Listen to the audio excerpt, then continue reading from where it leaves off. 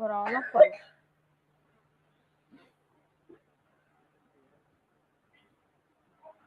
to be jubilant that the primordial being himself incarnated on this earth as Sri Krishna.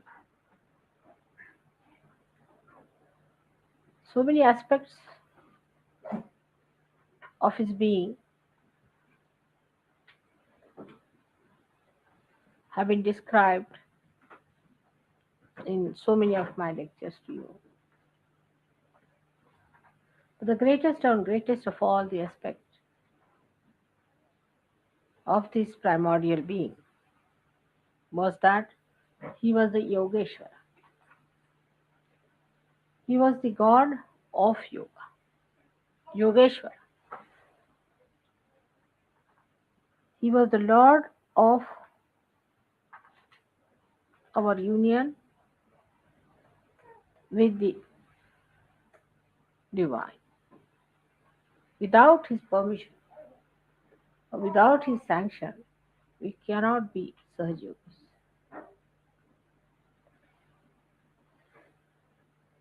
He was Yogeshwara,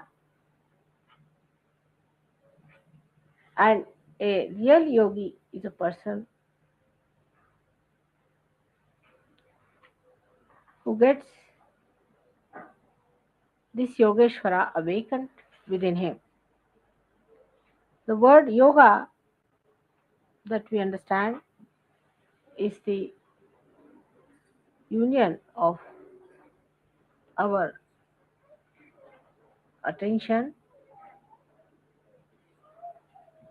with the divine. But still, we do not realize the implications. What does it mean? What should happen to us? Of course, you get powers. As soon as you become the spirit, you get powers. One of the powers you get is of collective consciousness. That is also the gift of Sri Krishna. And that you start feeling the collectivity. Your ego and superego is sucked in. So you get rid of your karmas and your conditionings. And a new sprouting of the new life for the new age starts. But still, what is the speciality, the greatness of Yogeshwara? Because he is Ishvara for you. He is the Ishvara of all the yogis. What is his capacity? What is his nature?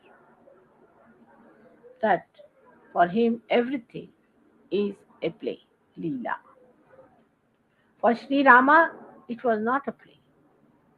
For him, life was a platform on which he had to demonstrate how to lead a very dharmic life as Maryada Purushottam. But Sri Krishna came up to show that he is the Leeladhara, one who plays the Leela, the play. The whole thing is a play. The whole universe is a play. All that is created by Adi Shakti, all these trigunas is nothing but a play. And that's what he manifested in his own incarnation. But still, what is Yogeshwara? Leeladhara is the one for whom this whole universe is a play, that he is at the axis and for the whole periphery is nothing but a play. Because everything is false. Except for your spirit, everything is false. is all a joke going on, you can say a drama going on, nothing so serious. Spirit is the only truth within us. The rest is all untruth. There cannot be many types of truths. In Sanskrit language, there is only truth or untruth, satya or asatya. There are no 10 words for truth. So when this happens, this great happening takes place within you. When you become one with spirit, you get powers. Without even your maturity reaching that stage, your understanding reaching that stage, and your heart opening out, you get the powers all right to begin with. So that you have faith with open understanding. You should have faith with experience of it. So it starts off. When you start using your powers, you see it is manifesting. You are sometimes amazed how you raise Kundalini of people, how you tie them up, how you give them realization, how you cure people. You are amazed how it has happened. So we can say it's all built in within you, which has started manifesting. But there is so much more that has to still manifest, which has to establish and make you grow. One of the very important points is the Yogeshwar. And that point, we must understand that unless and until you follow the path of Yogeshwara, you cannot establish yourself fully. So Krishna has said that Sarvadharmanam Parityajya Mamekam Sharanam Vraja. You give up all your relationships. Dharma is relationship. Like your sister, your brother. You see, these have dharmas, like Stri Dharma, the woman's job. Then we can say also there is Rashtra Dharma. Today is the day of India's freedom also. So we have Rashtra Dharma, like we are patriotic people. Patriotism to your own country is Rashtra Dharma. Then you have got Samaj Dharma, that is duty towards your society is Samaj Dharma. Then you have got Pati Dharma, husband's duties, wife's duties, everybody's duties are called as dharmas because this is what you have to do, you are duty bound. They form your dharmas. But he says, give up all these dharmas, give up all the duties, just surrender yourself fully to me. Sarvadharmanam parityajya mamekam sharanam. Because you have become now the collective being, now you have become one with him, now he looks after your dharmas. He looks after your relationships. He cleanses them, he purifies them. So you just surrender yourself to him fully. He said it to Sri Arjuna only, not to everyone. He didn't say to everyone. They didn't deserve it. Or he didn't think it proper to say to them. But I think you are proper people to know this. So I am telling you that forget every other duty to every other thing, but do your duty to your collective being, to your collective. But he is Yogeshwara. That's the main point. And to do duty to him, first and foremost thing is you have to develop that purity of a Yogeshwara. For him, sublimation was not needed. He was sublime. He was the source of sublimation. He did not need sublimation from baser instincts of human being. He did not need anything to do to be done to himself. Raise himself out of the mire, as I call it. Especially in the West, as you know, we have created a hell for ourselves, real hell. All kinds of perverted ideas are within us. To a Yogeshwara, this is nothing but Maya, absolutely filth. Never comes into his that such things are possible. A shock. On his birthday, I would say, if today is his birthday and if he was born as he was at that time, he would have gone back immediately. He would have said, "No, sorry, I'm nothing. Had enough." And that too, if he had met the Western culture, he would have been shocked back. He said, "Oh God, no, nothing doing. I'm not coming." Despite the times when he was born, where there was dharma, there was people understood what was right, what was wrong, when there was none of these nonsensical things were there, he came as Yogeshwara, pure. The story of his about him is that once his wives wanted to go. To him, what was wives? Nothing. It's just a place. To him, no sin can be attached. He married because he had to marry his five principles or the five elements. So he made them into women and married them. He had to marry 16,000 women because he had to have 16,000 powers and he had to channelize them through some body so they came as women. To him, it was not a relationship of a wife, but a pure relationship. To him, sex had no existence at all. He was beyond. So, no question of temptations and perversion is out of question. The story is that once his five wives wanted to go and pray to some saint who had come, a great saint, to their town.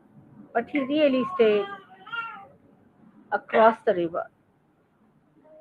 So they wanted to go and worship him. And they found a very good time when they could go and see him. So when they went near the river, they said, "It is in Spain. You cannot cross it. It's not the time that you can cross it." So they felt it was very inauspicious if they did not go. And that was such an auspicious time. They wanted to go at that time and worship this guru. So they went to Krishna and said that now how can we cross? The river is in Spain. He said, "Really?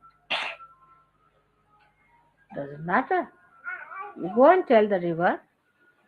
That's the river, uh, Yamuna river was there. No, not Yamuna, I'm sorry, Tapi river. He said, "Go and tell the river that if we have a husband who is Sri Krishna, is a Yogeshwara. That means who never indulge into any sex activity with us. Yogeshwara means a person who has never indulged into any sex relationship. That's not possible. One cannot think of such a thing. Means though he indulged, he never indulged in it. Though he was in it, still he was not there. Like a lotus. If he has not indulged into any such action, it's only possible for him, nobody else. That's why he's an incarnation, he's not a human being. Only incarnations can do it. If some human being starts saying that I am Sri Krishna, so I am doing this and I am doing that, like you see, there are many bombastic ones, must have heard about them. They do not become. It's only an incarnation can do it.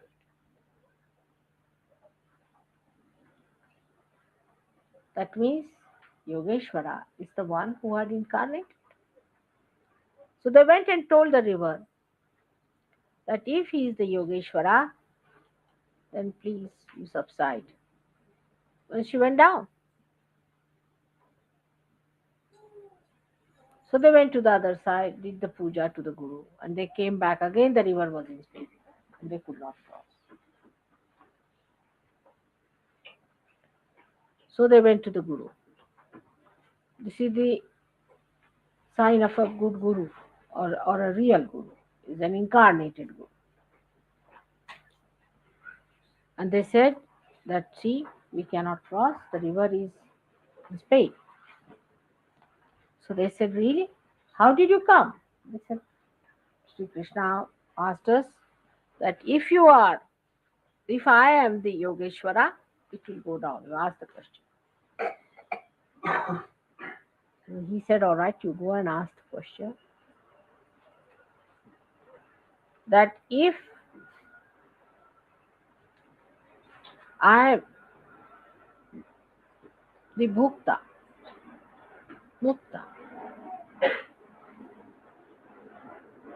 that means if I have eaten all the food you have given me, but I have not enjoyed it, I have not indulged it,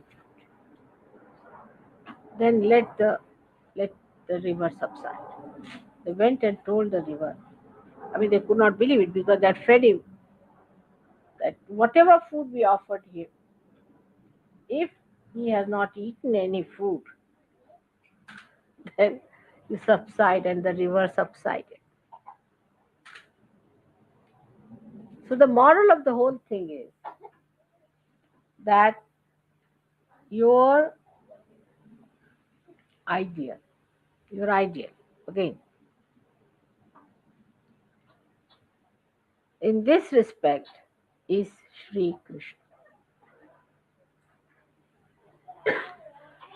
Not that you think you are the ideal of the rest. This is the big mistake Sahaj Yogis do. They think immediately they have become now Sri Krishna.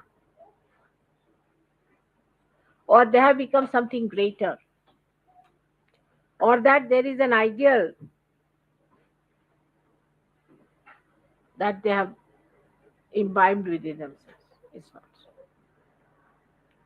That one thing one has to know. That is the ideal you have to reach. And your eye should be towards that ideal, and the movement should be towards that. Before that, if you fall into any such thing like perversions and nonsensical sexual things and all that, you must know that you are falling down very badly. It's a possession that is working on you. That's an ideal. They are incarnations. You are not incarnations, nor you can become incarnations. But they are the light which are enlightening your path on which you are walking. They are taking you to the realm where they are the kings and they are the lords. He is Ishvara. He is your Ishvara. You are not Ishvaras, but you are at least the yogi. We have to be the yogis first, then he is our Ishvara. Na? Otherwise, he doesn't want to rule you. So, what we have to do is to become the yogis first. And one of the signs of a yogi is that he is in his sex life extremely pure.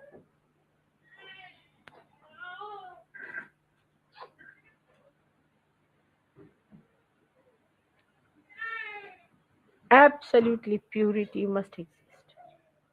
And after some time, one should get beyond.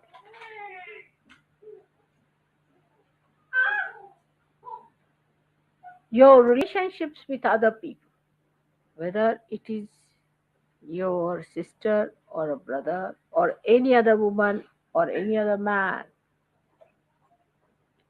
there should be complete purity. And this is extremely important. Now, in the countries like India, people are extremely corrupt, very corrupt, extremely corrupt. You can give them 5 rupees and you can buy anybody there. It's very corrupt, money wise. But people are not so immoral. They know it is immorality. I mean, they know. I mean, if they do immoral things, they know it is not immoral. In the West, immorality has become a general rule. For them, immorality word should vanish now. I mean, it doesn't exist like immorality. Do anything, whatever you like. People don't think of immorality. They don't want to talk of it. It's Victorian. And if somebody says that one should be moral, they start saying he's an hypocrite. I mean, they cannot think there can be any connection between human beings and morality in a genuine way. This is big problem we have. It's the biggest problem we have. Now, corruption is something you can avoid because if you are not corrupt, it's all right, you can be. But immorality is such a thing that if you live in an immoral world, it has effect on everyone. For example, a moral woman is walking on the road and there's a man full of lust and all that looking at her. In any way, she loses her chastity. She doesn't mean to attract him or anything. She doesn't want to lose her chastity. But the way he's looking at her, you see, though her simple methods are there, she may be responsible in a distant way to ruin his chastity, his morality. Even a little child who's a simple innocent child, but if there's a dirty man with a dirty eyes, he can have very dirty feelings for the child. So, though of course that person himself is dirty and all that, we can say that child is not affected, but in a way that becomes an object, a sort of a vastu, as you call it, a thing which makes another person even lower than what he is. Even a ordinary picture which has nothing to do is placed there. Any funny thing which is giving some dirty feelings, because these days I've seen so many uh, symbols have started. I mean, which to my eye, I don't even see there is anything wrong. That there is to my eyes, I can't see because I'm too innocent. My eyes can't see there's anything wrong. But if somebody who's an expert on these things will immediately say, go look at this.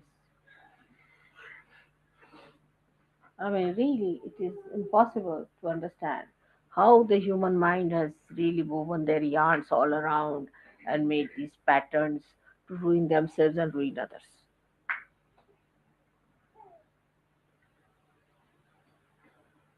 So, to worship Yogeshwara, we must know that our relationships with everyone in this world has to be pure. He played lots of things in his lifetime. The time when he came, the whole country was absolutely drowned into fanatic ideas about religion. If Freud was there, he would have said, oh, this is all nonsense. What's wrong? Go ahead. Krishna did not do that. He wanted to break all the nonsensical shackles of traditions and shackles of false fanaticism. But he did it in a very beautiful manner, keeping the relationship absolutely pure. Now, people ask questions whether was he married to Radha. You know, he's eternally married to her, doesn't matter. But he actually performed the marriage just the day he was born. He was brought by his father across the river and put down on the bank of the river. When Sri Brahmadeva himself came on this earth, that's why he wears a yellow thing always. As a blessing from Brahmadeva, he covered his lower part, lower than the waist, with a cloth. That's the sign. That's why he always wears the yellow. He himself came, made him into man, and married him to Radha. Then again he became a child, just to appear to be a child. Somebody may appear to be a child. To some of you, I appear like 16-year-old girl, as you say, but I'm not. Right? I may be, according to counting, might be 60 years of age, but I'm not. My age is eternal. I can't say what age is mine. It could be 2 year old or it could be absolutely ancient. It could be anything. So, in the in his own life, whatever he did with the purity of understanding. So Radhaji was married to him first.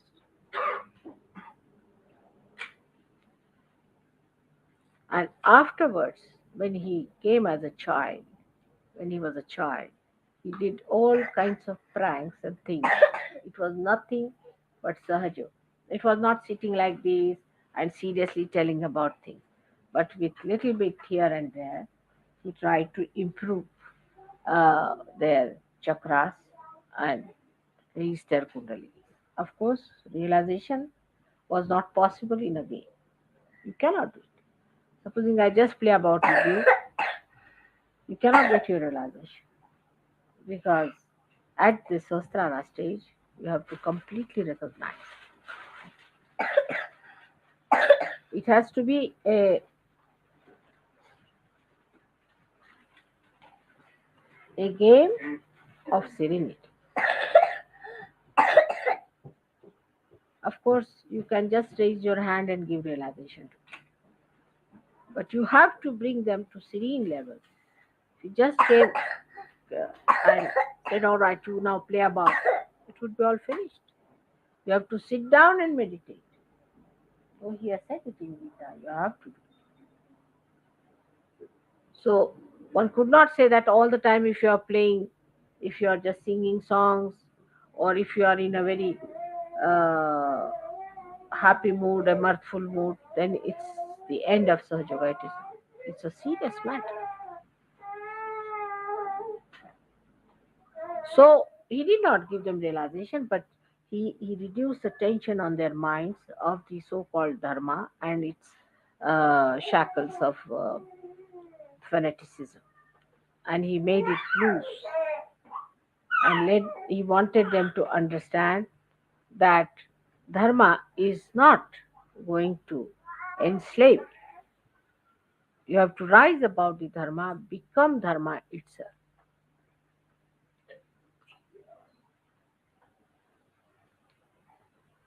But Yogeshwara is to be worshipped with pure heart. In this atmosphere, it's difficult, I know. You just go out and you see a horrid thing there. You open any page of the magazine, there's another horrid thing. Anywhere you advertise me, the next page I turn, I find a discotheque nonsense going on. I mean, what can you do? You can't just help it. And all this is on. I mean, if you look at it, how gross, dirty, filthy the whole thing. To add to problems, psychologists have come forward. They themselves are affected by their methods and everything. They are so possessed. And their sense about morality is absolutely in complete confusion. No doubt about it. You know, Freud, what happened to him? He was having relations with his mother. He couldn't even understand. I mean, imagine what a adharmi he must be. Horrible, wretched fellow. He did not even have that purity to understand relationship with a mother. I mean, imagine. It is such a clear-cut background of this man shows how wrong he must have been. Because what was in him? Such filth, such dirt, that he could not even look at his mother with clear. Must be all mud in his eyes, or I don't know what he must be like to see things like that. You are shaking with my vibrations. Now, when we think of him as Yogeshwara, that means we are yogis and he is our Ishvara. Ishvara is to be praised. The higher is. You have to praise. You have to praise him for his quality as Yogeshwara because he's your Ishvara. So you have to praise him. Now, what praise can we give him? Today he is born. What should we do on such a great occasion when he is born? We have to decide that he is our Ishvara. He is the Ishvara aspect. And if he is our Ishvara, then we have to cleanse our attitude towards sex, towards the gross way of life that we have developed, to just shun it and throw it away. Absolutely. There cannot be compromise on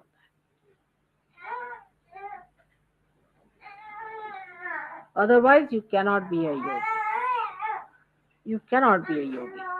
You may become very powerful, maybe for the time being, because I play with you. You get ideas that you are very powerful and all that. That's not true.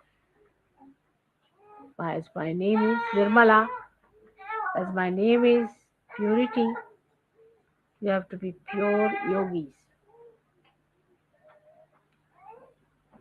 Nobody says you should not marry. Nobody says you should not have proper sex relationships with your wives. That's not true. But that is one thing people may avoid and spoil it. But the other thing, which is the most important, is your attention to be pure of sex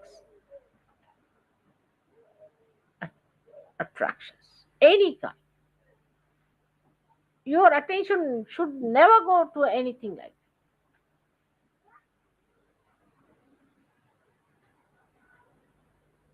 that. You see, to me, I mean, I'm now supposed to be an old lady. I don't see things which normally people see. This is something surprising. See, I see something and I don't know what's happening, and everybody laughs at me in the house. See, they don't understand that how I didn't see the point, or I don't understand these jokes because the attention never goes into these dirty things, never goes into these things. I can't see till somebody tells me that this is this. But they have to explain 10 times.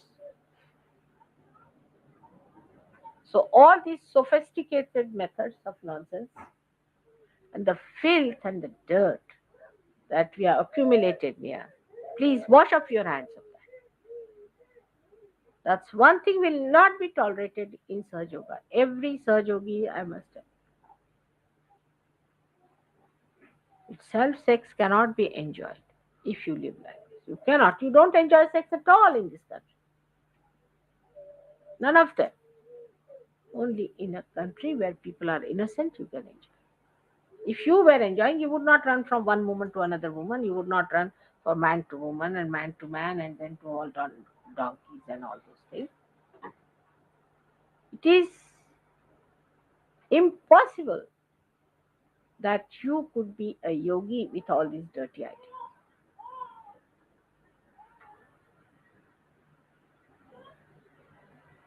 And then you cannot mature. Even a normal person won't mature. In India, a person who is about 40 years, he becomes a matured father. You leave any girl with him, anybody with him, he will not even get into his idea head that there's something could exist between them. Once you are married, it should not. I mean, I've seen my two son-in-laws; they never get these ideas into their head.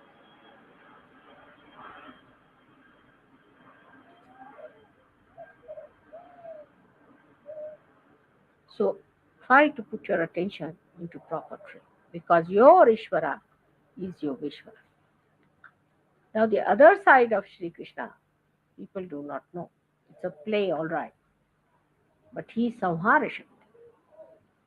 He is the power of destruction.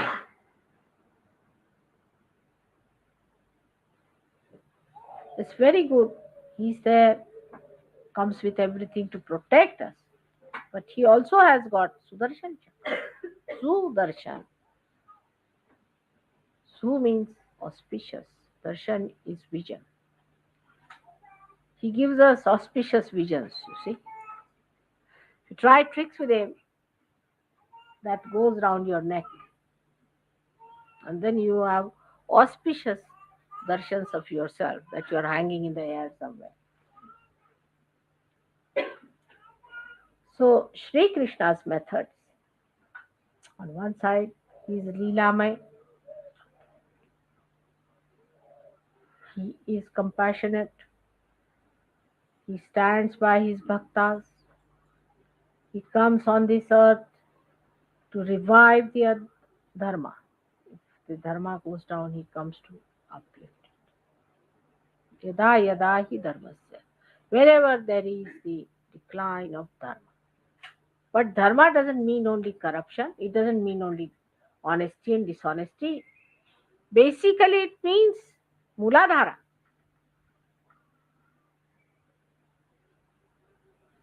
That is the beginning of the end. And he comes to sasamsthapanarthaya again to establish into the holy state. He comes on this earth to raise human beings to that level.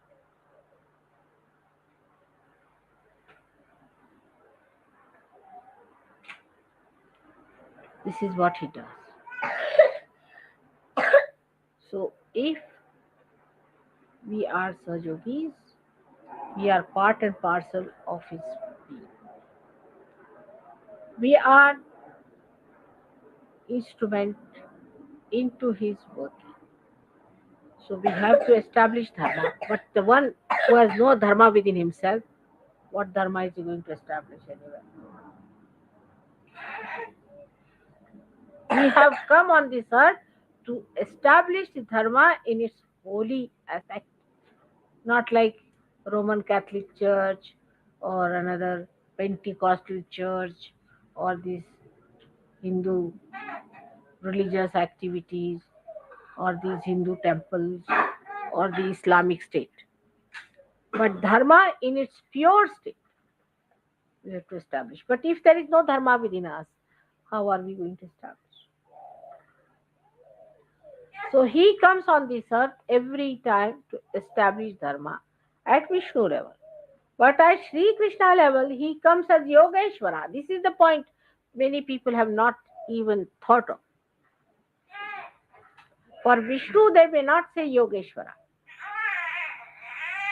That is, he is the Ishvara of yogis. As Ganesha is the Ishvara of the Ganas.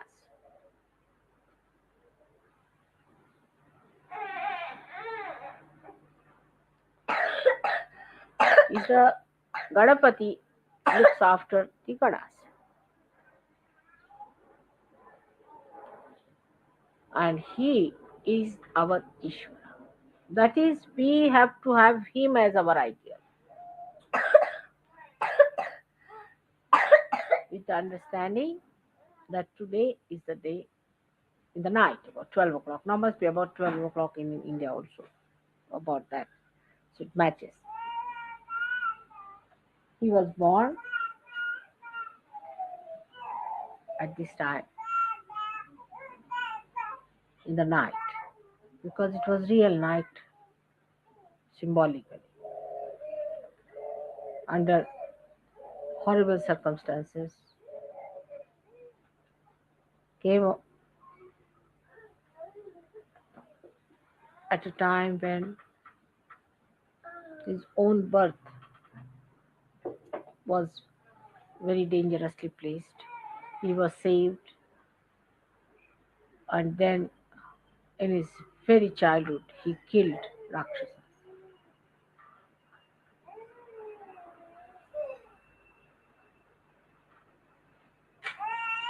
But all this he did because he was an incarnation. Nobody is asking you to go and kill Rakshasas, is it? In Sahaja Yoga, did I ask you to go and kill some Rakshasas? On the contrary, I am just saying keep yourself protected.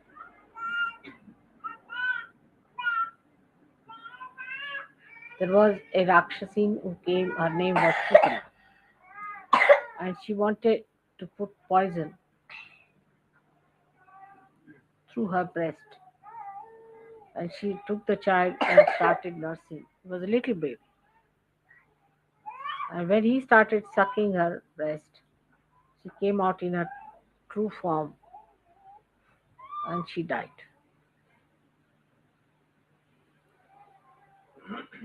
Because he was, after all, he was an incarnation. Can any one of us do that? I mean, the Sir Yogis. Then, as a child, he was very mischievous. So he ate some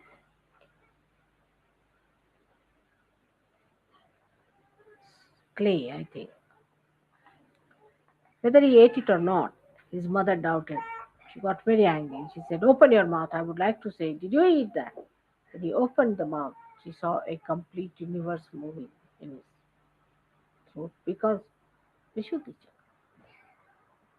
she saw. Because she could see, she had power to see, she could see. Not everybody can't see that. Those who have powers can see.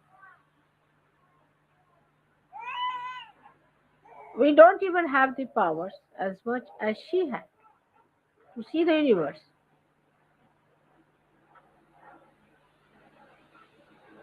So one has to understand that first, as yogis, we get the powers much before we are past really the test of surgery.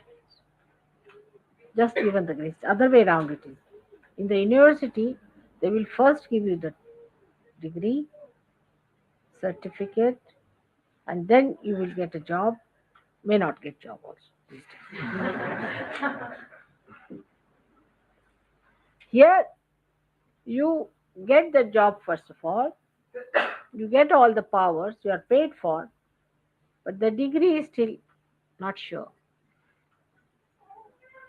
Anybody walks about at Sahajogi, next day I find him coming out with something else. There are certified Sahajogis I've seen. They become afterwards certified something else. God knows how. So this is the thing of Sahajogi, that you can become a Sahajogi even without having the real certificate. It's definitely so. And the certificate is given, as you know, by Lord Jesus Christ. He doesn't give. He doesn't give certificate. That's why he's very, very strict. He's not going to give. He's extremely strict. As far as the Sir Yogis are concerned, he's not going to give you certificates. He's going to judge you. And what is his basic nature is innocence. He is going to judge you on your innocence. If you are a superego, you can say, "Oh, I got possessed by a bhoot, you see, and a bhoot did this." So he said, "All right, you go to the bhoot for the certificate, not to." Even when Sir Yogis fight, I've seen they tell me, "Mother, must be my bhoot and his bhoot must have fought." And what were you doing? They were witnessing it like Sri Krishna.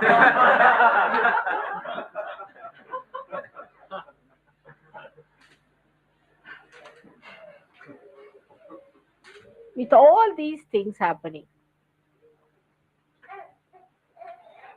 I get a big promise sometimes that mother, all right, now we are not going to quarrel. There's not going to be any problem. You rest assured, we'll all live in harmony. Then suddenly I find that somebody is fighting for a bathroom or for a soap or something like that. That's not for a surgeon to behave. First of all, you have to be a satisfied person, a person of great dignity and forbearance. Otherwise, what are you going to bear?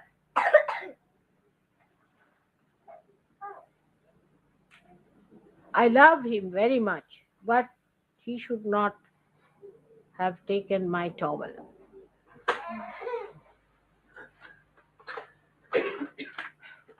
For small, small things, if you go on insisting, sure you are not a yogi as yet. If you are fighting for things, then you are not a Saj Yogi at all. What is the thing matters? I never say anything about anything, do I? That I must have this, I must have that. How did you prepare this? Though it is sometimes really wrong and protocolish. I never say that. Why did you bring these bananas? They are no good. I'm not going to eat. Did I say so? I mean, even the flowers you use may not be auspicious. I know certain flowers should not be used for puja, but I have not opened my mouth. If I have to tell you, I just tell you because you have to know it for your own good, not for my good. So, on a day like this, which is a day of great joy to all the world and happiness, we should know one thing that when Christ was born, he was born in a very humble place. But when Krishna was born, he was born in the most horrifying circumstances. Same is the case of Sahajogi's story. It's a thing of great joy and jubilation, no doubt, that he came and he gave us this Vishuddhi power. But we must understand that we are born in a very precarious time. I've been saying this so many times. There's not only one Kamsa there, so many are there. There's a big fight going on. In that, you people are here in charge. You are the ones employed by God. You are the ones who have been given this great work. You have powers. Like Sri Krishna, when he was crossing as a child, was put in a basket, and the father was carrying the child in the basket. And when his feet touched the river Yamuna, the river went down. Because she was in Spain, she went down. In the same way, you too have all these powers. Krishna has given you all the powers, though they will be really known to you when only Lord Jesus Christ accepts you as such. That's important because you have to be innocent. Purity must be brought. Last time, on this great day, we had 16 marriages. They came out well, most of them. Not all, but most of them were very good. And I'm really very happy that such good couples came on that day. It was very auspicious. And marriage gives you a sense of purity. And that's why our marriage uh, is important in surgery. But that's not the last word. Like, it's not a hunting ground for everyone. I'm finding out this husband, I'm finding out that husband. That must be stopped complete. Leave it to Sahaj. You are not to search out your wives in surgery. No, not at all, not husband. Leave it. If you have done something like that, then you may be harmed. Don't do any searching or anything. A A time will come when you will find, I will myself tell you, all right, marry this person. It's still on among Saj yogis. I've known people who just take out people and try courting. That's not needed in Saj Yoga. No courting needed. See, we have got so many cases where the marriage was decided like that. They married, they're very happily married. Then people who had courting, these things, elections and nominations and elections and everything. And after that, you find within 2 days they are out for divorce. In Saj Yoga, it is spontaneous, instantaneous. You don't have to do all these things with all these deliberations. What have you achieved? It's just spontaneous. So you don't have to worry and you don't have to think. You don't have to say that, oh, mother, I have to find a girl for me. So you don't give it to me, my headache. But once you are married in Saj Yoga, you must know what it means. And both of you must work it out properly. And it is for the good of everyone, should be good for everyone. It's got to go think of it.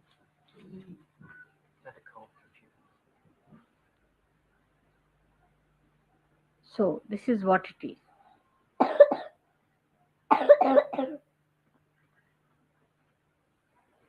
And I would say that on this day, let us take one vow.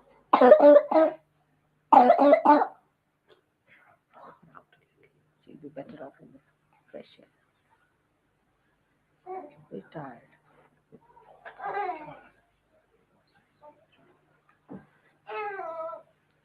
She'll be better off in the.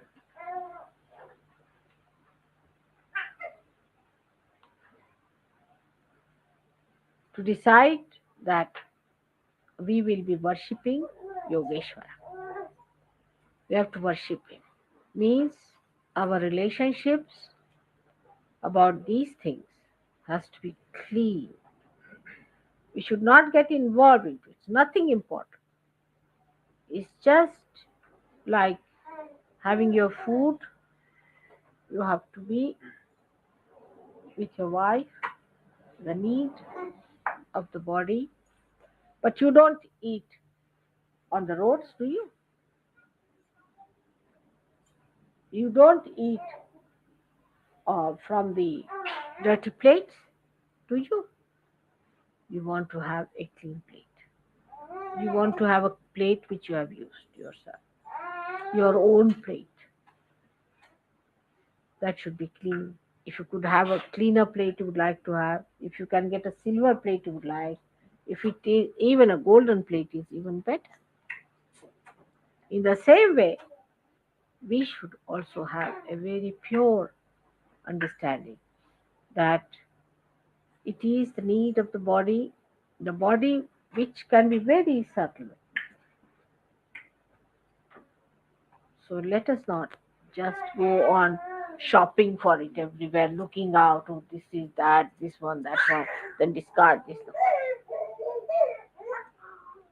It has to come to you specially. And all great things happen suddenly, always. The more deliberations you will have, the worse it will.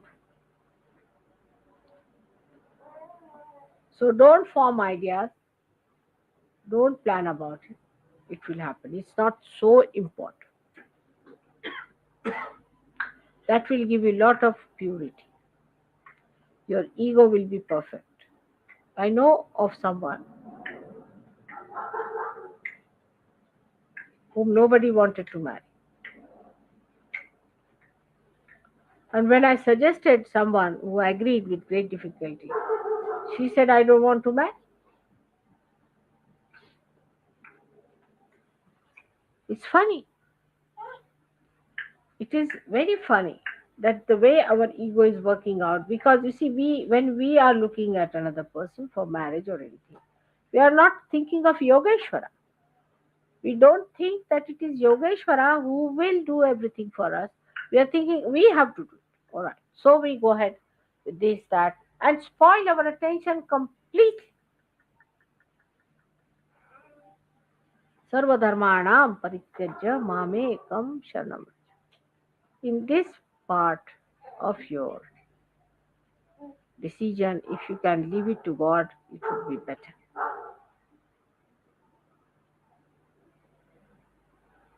I tell you, if you can do that, you have crossed your ego halfway through.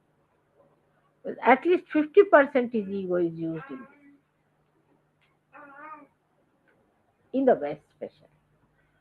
In India, this question doesn't arise much because the parents can't decide here. Nobody can decide. You have to decide yourself. It's a big responsibility and a big thing for you. So 50% of your ego problem will be finished. I tell you, once you just give up this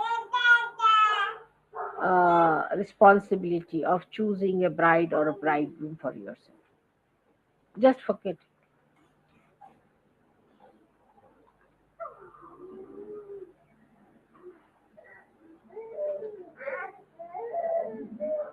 Such a waste of energy, I tell you.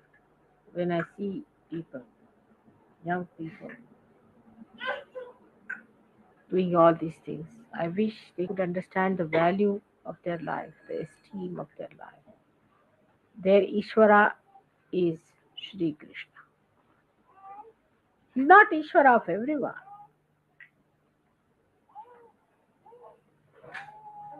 Only of yogis. Anybody else who tries to say Hare Rama, Hare Krishna will get throat cancer.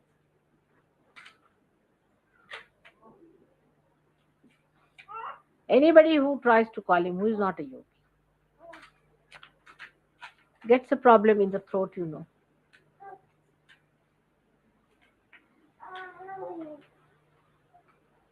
So he is only available to you. He is only your Ishvara. He manifests only for you. He is your own. He won't act for any Dick, Tom, and Harry. Maybe you might be a prime minister, you might be a king or queen. Makes no difference to him.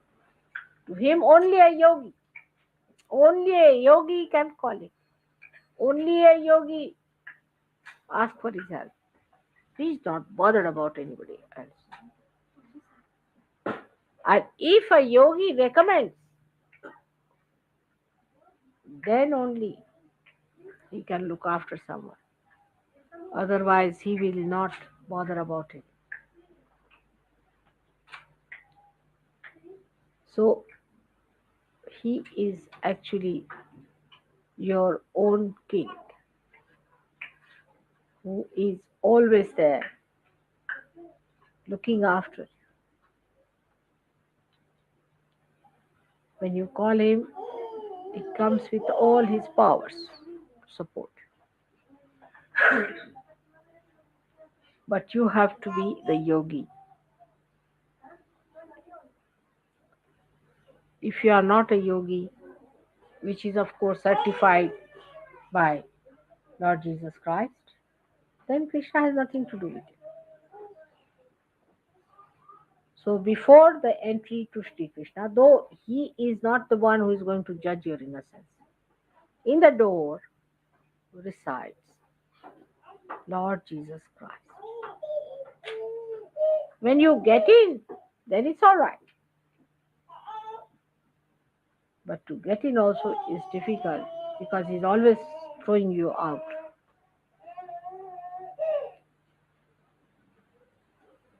Sri Krishna has said that you will be to Jesus. He said, you will be the Adhara, the support of the universe. Means innocence is your support. Innocence.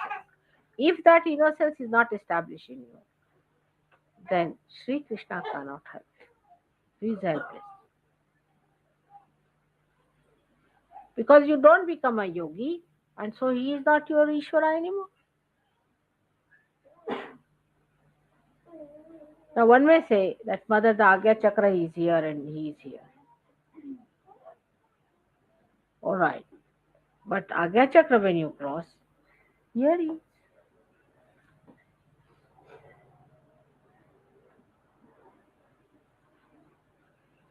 When you cross your Agya Chakra, that means he's sitting there and the Virata is sitting here.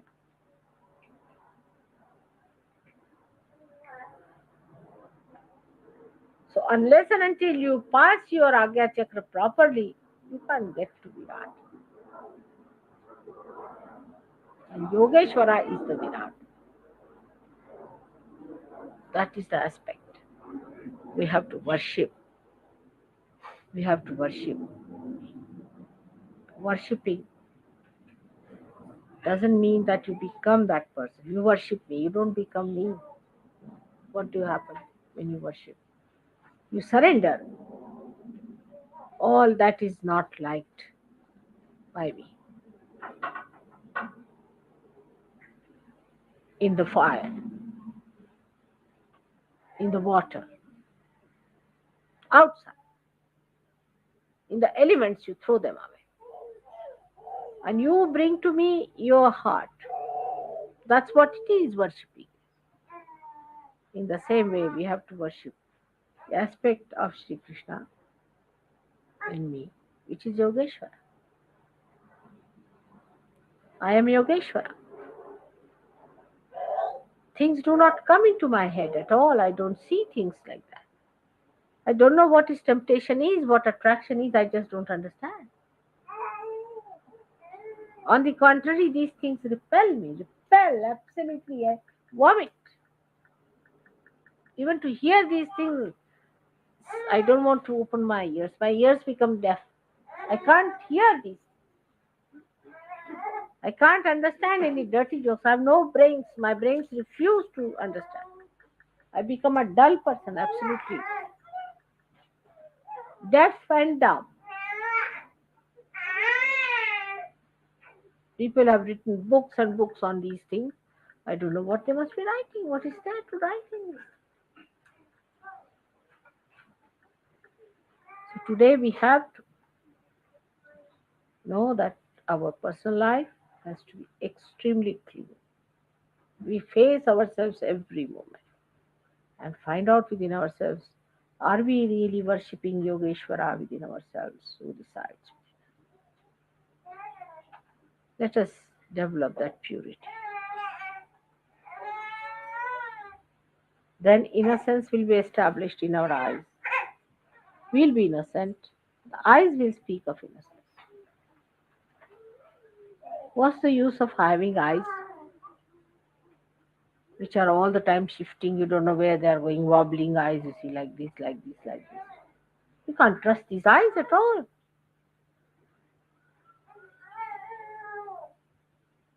But the eyes which are innocent receive nothing. They just give. They just give. Innocence is very penetrating, very purifying, very soothing, and very beautiful.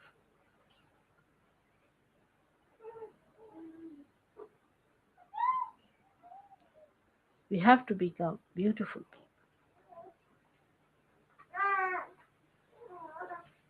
Today I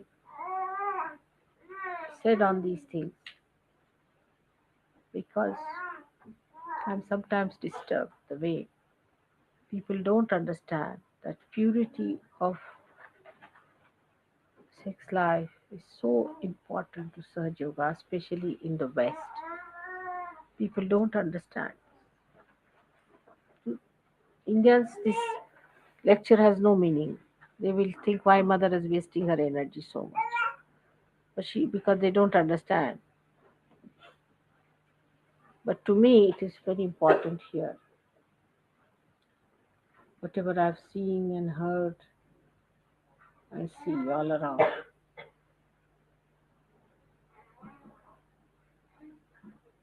I think today's message should be of Yogeshwara.